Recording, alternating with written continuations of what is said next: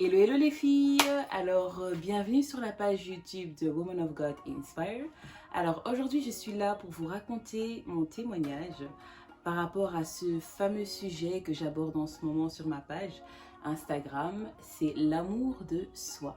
Alors j'ai fait une vidéo pour vous expliquer un peu comment est-ce que moi je vois l'amour de soi. Elle est disponible sur ma page Instagram, donc The Woman of God Inspire.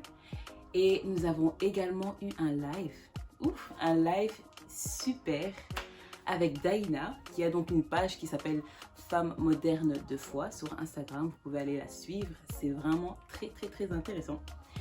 Je me suis dit que j'allais poster une vidéo sur YouTube où je vous expliquerai en long et en large mon histoire par rapport à l'amour de soi. Aujourd'hui, vous me voyez, je dégage un peu plus de confiance en moi. Mais je peux vous dire que ça n'a pas toujours été le cas. Ça, c'est sûr. Moi, en fait, dans mon enfance, j'ai vécu un rejet. Je pensais en fait que j'avais été rejetée à cause de ma personnalité. Et je me disais que forcément, si je suis moi-même, si je me comporte de façon naturelle, j'aurais du mal à être appréciée des autres. Et je recherchais également cette appréciation des autres parce que étant plus jeune, j'avais du mal à me faire des amis. Et donc du coup, je me disais que voilà, c'est sûrement dû à ma personnalité qui était plutôt réservée, j'étais plutôt introvertie. Il fallait vraiment faire le pas vers moi, il fallait vraiment qu'on se connaisse déjà à un certain niveau pour que je puisse m'ouvrir totalement. Tant que ce n'était pas le cas, alors j'étais très timide et assez réservée. Je ne m'ouvrais pas comme ça à n'importe qui ou à tout le monde. Et j'étais quelqu'un qui était aussi très gentil de nature, en fait, naturellement très gentil, toujours avec le sourire, je ne me prenais pas beaucoup la tête. Et je pense aussi que ça dérangeait pas mal de personnes. On me voyait rarement fâchée, en fait, on me voyait rarement fâchée, rarement triste. Et voilà, malheureusement, je suis tombée sur ces personnes-là qui ont un peu profité de ma gentillesse et qui ont profité pour un peu me rabaisser, m'écraser dès qu'ils en avaient l'occasion. Et donc, effectivement, ça fait que je me suis encore plus renfermée. Quand j'ai eu l'occasion de recommencer, entre guillemets, à zéro, j'ai préféré adopter une nouvelle personnalité pour que je puisse être appréciée de tout le monde. Malheureusement, j'ai commencé à devenir, en fait, comment dire, en fait, je n'étais jamais moi-même, jamais à 100%. Même quand une personne apprenait vraiment à me connaître, il fallait vraiment que cette personne soit proche de moi pour vraiment me connaître. Il y avait toujours des parties de moi que je n'aimais pas montrer, que je cachais. Et donc voilà, c'était un peu comment j'étais, comment je me comportais. Je m'adaptais souvent aux autres. Les gens me disaient souvent, oui, tu as beaucoup d'amis, mais bizarrement, on ne sait pas rassembler tes amis en fait. Donc ça veut dire que j'avais à chaque fois plusieurs groupes d'amis. Et les amis, entre eux, ne savaient pas se mélanger du tout. Ils étaient super différents les uns des autres. Et les gens me disaient toujours, mais c'est bizarre. C'est bizarre comment ça se fait que tu arrives à être ami avec toutes ces personnes, mais ces personnes sont tellement différentes et eux n'arrivent pas à s'entendre, mais toi, tu arrives à t'entendre avec tout le monde. Et la vérité, c'est que au départ, quand je traînais ou quand je me faisais des amis, quand je traînais avec un groupe d'amis ou quand je me faisais des amis, ben, je m'adaptais un peu à ces personnes-là pour m'entendre avec eux. Je préférais laisser certains côtés de moi et ne pas m'assumer à 100% pour que je puisse être acceptée, pour que je puisse être appréciée, pour qu'on puisse m'accepter dans le groupe d'amis.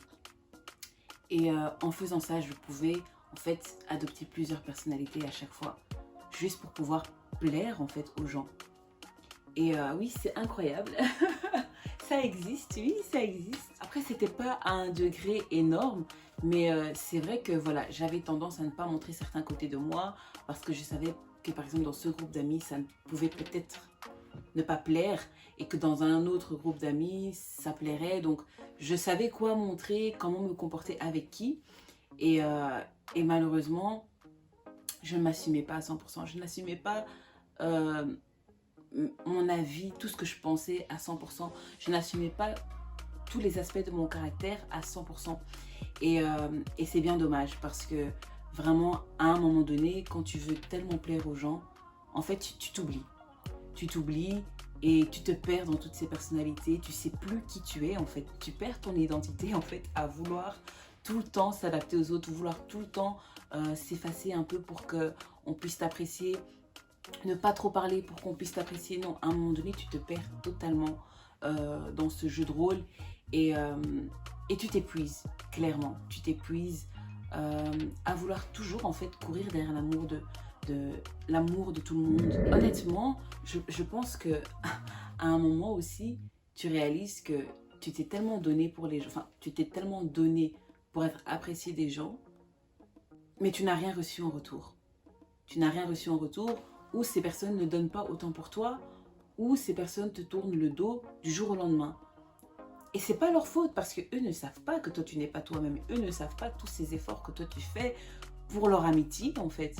Et, euh, et c'est pour ça que je ne blâmerai jamais ces personnes-là parce qu'ils ne sont pas au courant que moi en fait je faisais toutes ces choses-là pour les plaire ou pour garder les amitiés. Et quand je perdais des amitiés, je me sentais tellement, tellement coupable. Je me disais, c'est ma faute, j'ai sûrement fait quelque chose de mal. Ah oui, j'aurais peut-être pas dû me couper. Mais en fait, ce que je suis, c'est ce que je suis. Je ne peux pas changer pour quelqu'un. Et ça, à ce moment-là, je ne réalisais pas. Je voulais plaire à tout le monde. Mais en fait, avec ta personnalité, tu ne peux pas plaire à tout le monde. C'est comme ça. On est tous uniques, on a tous notre propre personnalité. Et en fait, si tu es 100% toi-même, c'est limite impossible de plaire à tout le monde. Impossible de plaire à tout le monde. Il y a toujours une personne qui va ne pas être d'accord avec ton avis ou qui ne va pas être d'accord avec ton comportement. On n'est pas tous pareils, c'est impossible d'être tous pareils. Et comme on dit, qui se ressemble s'assemble. Tu traîneras avec les personnes qui te ressemblent, qui seront d'accord avec ta façon de te comporter et dont toi aussi tu agréeras leur façon de se comporter. Donc, c'est impossible de plaire à tout le monde. Et moi, franchement, je ne l'avais pas compris. Si aujourd'hui, il y a une personne qui regarde cette vidéo et qui ne l'a pas encore compris, tu ne peux pas plaire à tout le monde. Il y aura toujours quelqu'un qui ne va peut-être pas t'apprécier. Et il y a des gens qui n'aiment pas ta lumière aussi. Il y a des personnes qui n'aiment pas ta lumière. Tout simplement le fait de voir que tu brilles, que tu es heureuse, que tu es contente. Il y a des personnes qui n'aiment pas voir la lumière des autres. En fait, il y a de tout dans ce monde. Des personnes bienveillantes et des personnes malsaines. Ces personnes qui sont mal intentionnées, s'ils viennent vers toi, ça sera toujours pour des mauvaises intentions. Donc tu pourras tout faire pour t'adapter à ces personnes, tout faire pour les plaire, pour aller dans leur sens, mais au final, ils seront toujours contre toi ou ils ne t'apprécieront pas. À un moment donné, il faut arrêter de vouloir plaire à tout le monde, clairement. Je vous explique comment est-ce que moi, en fait, finalement, j'ai réussi à m'en sortir. C'est que c'est toujours dans la foi, en fait. C'est qu'à un moment donné, j'avais accumulé tellement de blessures, de blessures, de déceptions, que je me suis dit, voilà, j'en ai marre de tellement me donner à fond pour garder mes relations, de tellement me donner à fond pour avoir l'amitié des autres, l'amour des autres, ou bien pour être tout simplement appréciée des autres. Je me disais, voilà, quitte à rester toute seule, mais je veux plus faire cet effort-là, j'en ai marre. Ça me rend tellement malheureuse. Et puis, c'est épuisant, je réfléchissais tellement à quoi dire, quoi ne pas dire. Ce qui est beau, c'est que le Seigneur, en fait, il m'a montré, comme on dit, le Seigneur parle tantôt d'une manière, tantôt d'une autre. Moi, en fait, c'est qu'il m'a fait clairement comprendre qu'il m'a créé, moi, Benita, unique, avec ma personnalité, tous les aspects de ma personnalité, pour une raison. Et qu'il ne fallait pas que je me change pour plaire à qui que ce soit. Le plus important, c'était de plaire à mon Dieu. Tout est dit en fait dans cette phrase, c'est que je veux plaire à mon Dieu tout d'abord. Si je lui plais, alors je suis en paix avec moi-même. Je n'ai pas besoin de plaire à qui que ce soit. En voulant plaire à tout le monde, tu risques de te trouver dans une situation où tu ne plais plus à Dieu. Parce que tu t'es tellement changé pour plaire aux autres que Dieu te regarde et te reconnaît même plus. Il se dit, mais je t'ai créé sensible, je t'ai créé attentionné, je t'ai créé avec tellement de bonté en toi, de compassion, afin que tu puisses aider les autres. Mais toi, pour plaire aux autres, tu vas te montrer dur, tu vas te montrer hautaine, parce que tu veux avoir un certain charisme, une certaine image, pour que les gens te respectent, pour que les gens aient un peu peur de toi, que tu sois la personne que tout le monde a envie d'avoir comme amie. Mais non, en fait.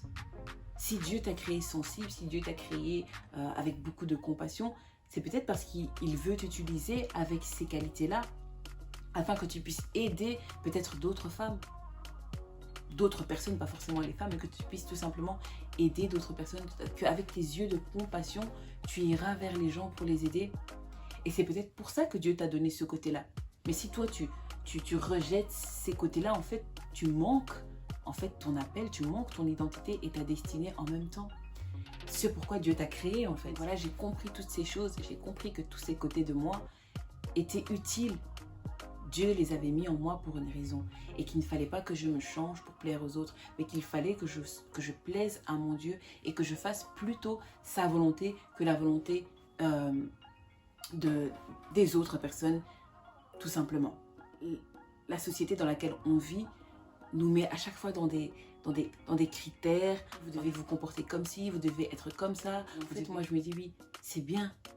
Mais au final, toutes ces choses-là qu'on nous impose, c'est pour plaire à qui? Au monde, en fait. Au monde et à personne en même temps. Et qu'est-ce que Dieu dit? Qu'est-ce que tu dois faire pour plaire à ton Dieu? C'est ça qui est important. Et non ce que tu dois faire pour plaire au monde. Et le pire, c'est que le monde a des milliers de conditions, mais Dieu en a aucune. Il n'a aucune condition. Son amour est inconditionnel.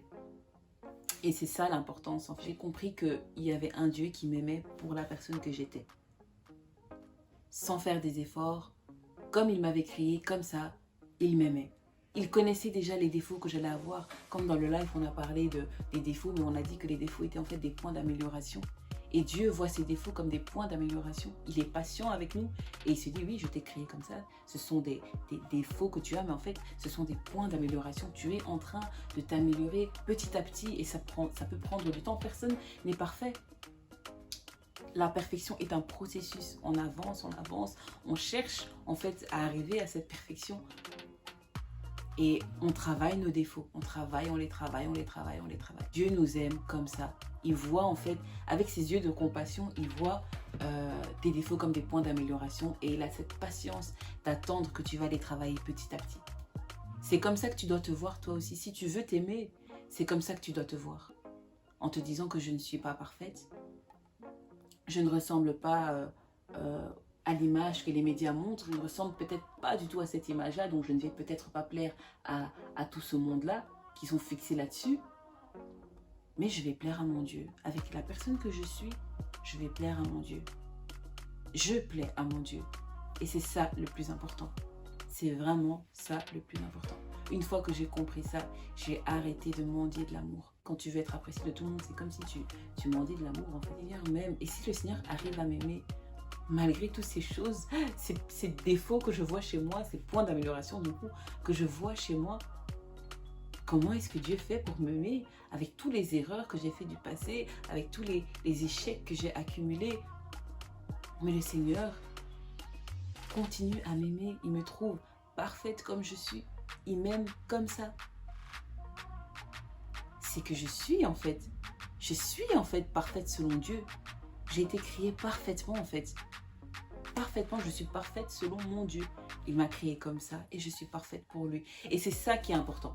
Tout le reste n'a pas d'importance en fait. Clairement, tout le reste n'a aucune importance. C'est mon histoire, ça c'est mon expérience par rapport à l'amour de soi. C'est comment est-ce que j'ai compris la profondeur de l'amour de soi, pourquoi c'est important de s'aimer, pourquoi c'est important de se voir tel que Dieu te voit, parce que ça t'aidera à t'aimer. Et si tu t'aimes, tu ne dépendras de personne, tu ne dépendras de l'amour de personne. Tu ne te retrouveras jamais dans des relations bizarres où on profite de toi ou dans des relations toxiques. En tout cas, ça t'épargnera énormément de dangers si tu t'aimes toi-même d'abord.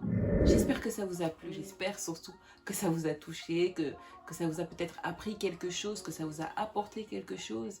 Et n'hésitez pas à partager cette vidéo, n'hésitez pas aussi à donner votre avis en commentaire, à réagir en commentaire.